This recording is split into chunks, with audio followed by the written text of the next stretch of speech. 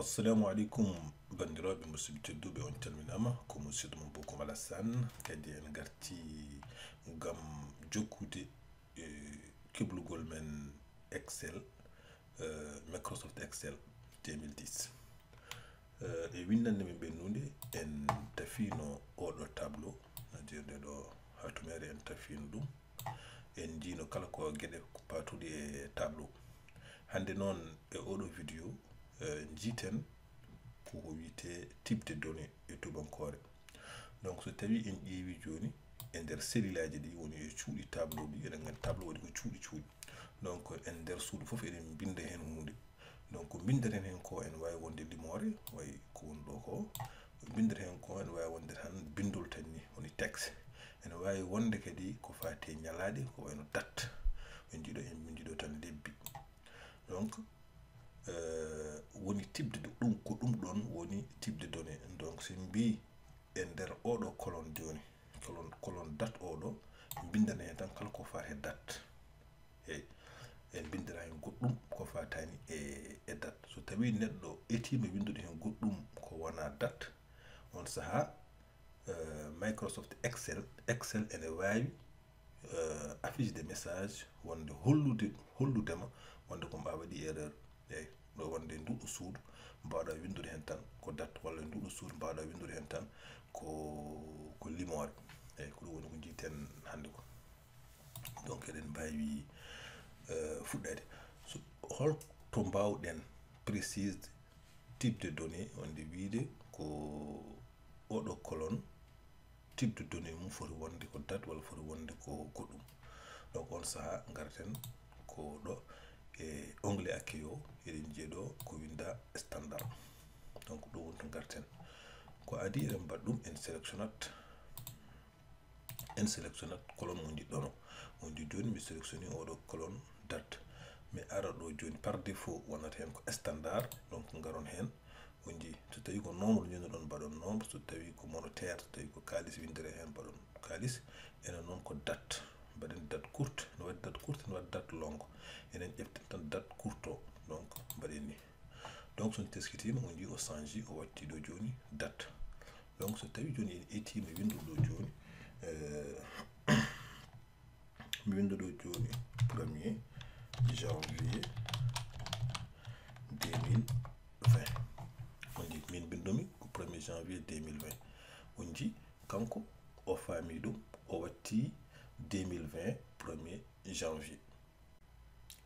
eɗen mbawi hokkude type o format mo jiɗɗen. so tawi joni en ƴeewi format o koni sifori o adori ko année o rewni hen mois o rewni hen jour o ewo. donc so tawi en jiiɗi hokkude format goɗɗo enen jiɗɗen ko yo adoro ñalawma o rewna hen lewru ndu, o rewna hen hirande. on saaha holto jaten ko adi ko mbatten en sélectionnat colonne o, garen ɗo to kilikmi ɗo tellaɗen less ene winda autre format numérique, kiliken hen. son kiliki hen eɗen jogui ndeɗo falantinere.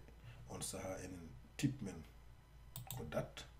so tawi joni on ƴeewi ɗo enen joni format gonɗo ɗo ko oɗo format wonɗo to adori hitande, o rewni hen lewru ndu, o rewni hen ñalawma o. donc eɗen mbawi suɓade goɗɗo enen cuɓaɗen oɗo woni gadorɗen ñalawma o ndewnan hen lewru ndu e hitande nde. donc mbaɗen ɗum ok. donc on ji onon koye mon on ji ɗo o change format mo joguiɗen o, eyyi. donc kala date hankkadini binduɗon e cellulaji ɗi jogoro ko oɗo format.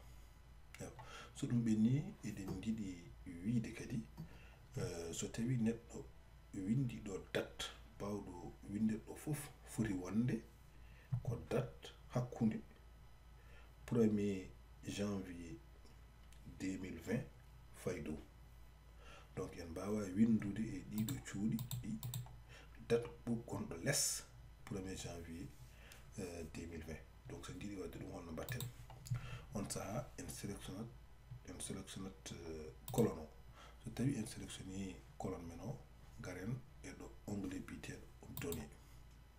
so sen ngari onglet biyeteɗo données o garon to wiyete validation des données. Sun kiliki hen kilikon kadi e validation des données. On saha eɗen jogui nde ɗo falantinere. Donc onglet option eɗen jogui ɗo to winda autorisé ɗo kilikon ɗo. Sun kiliki hen cuɓoɗon date mo kutortoɗen o, type mo kutortoɗen o woni date. So tawi en kiliki hen joni on saha to winda données ɗo kilikon ɗo. Ɗo joni no hollir ko jiɗɗon wadde ko condition mo jiɗɗon wadde o égal à walla ko différence de walla ko supérieur à walla ko supérieur ou égal. Enen ko jiɗɗen ko supérieur ou égal. Donc cliquez hen. Donc mbiɗen ko windete oɗo date foti wonde ko supérieur ou égal, ça veut dire date bindete ɗo o foti tan wonde ko date mo jiɗɗon o walla ɓuruɗo on. So tawi joni enen mbiɗen ko 1er janvier 2020. Donc ɗo woni ko batten ɗo ko binden ɗo 1 janvier 2020. On saha mbaɗen validé. Donc en mbaɗi ɗo condition mbiɗen date poɗɗo windede e ɗiɗo colonne ɗiɗo sillaji, c'est à dire colonne date o foti wonde tan ko supérieur ou égal à 2020. Donc est-ce que winduɗo ɗo 1er janvier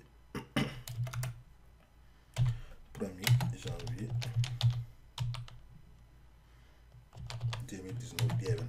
Voilà, on dit ɗo joni o hokki men avertissement. Donc oui, que la valeur que vous avez tapée n'est pas valide. Donc ɗo joni o wi mbaɗi en jiɗi wadde réessayer. On saha eɗen mbawi mumtude sélectionné kadi ko holla mon woni goɗɗum, eɗen jiɗi mbawi wadde hen kadi message erreur goɗɗo. Donc on saha to garonɗen ɗo tan validation de données. Donc eɗen mbawi enen wadde saisir message ni. Donc eɗen mbawi ɗo mbawi windude ɗo so gari onglet oɗo to clique ɗo message de saisie. Oɗo mbawi windude ɗo titre mo jiɗɗon hokkude. Donc windude ɗo foti wonde ko walla mbaɗen ɗo message supérieur. Voilà, 1er janvier 2020. Voilà, mbaɗen mbawi wadde ɗo tan copie ko jiru tan mbawi windude ɗo texte mo belɗon foof mbaɗen ok. ɗo automatiquement so tawi en gari hen joni son clique hen tan Excel ene waɗa mon alerte en holla woni ko wonde ko message batteɗo ɗo foti wonde ko binɗonon ɗo ko foti wonde ko supérieur 1er janvier 2020. Donc so neɗɗo ari joni hankkadi o etota ko windude ni, so yi ɗum tan omo andi o etta ko windude. Eyyi mbawi wadde kadi message goɗɗo erreur so garten ɗo toujours gonten tan koye onglet données o et validation. So tawi joni en gari validation mbaɗen ɗo alerte, message d' alerte o. On saha eɗen mbawi windude ɗo date foti wonde ko supérieur. Voilà,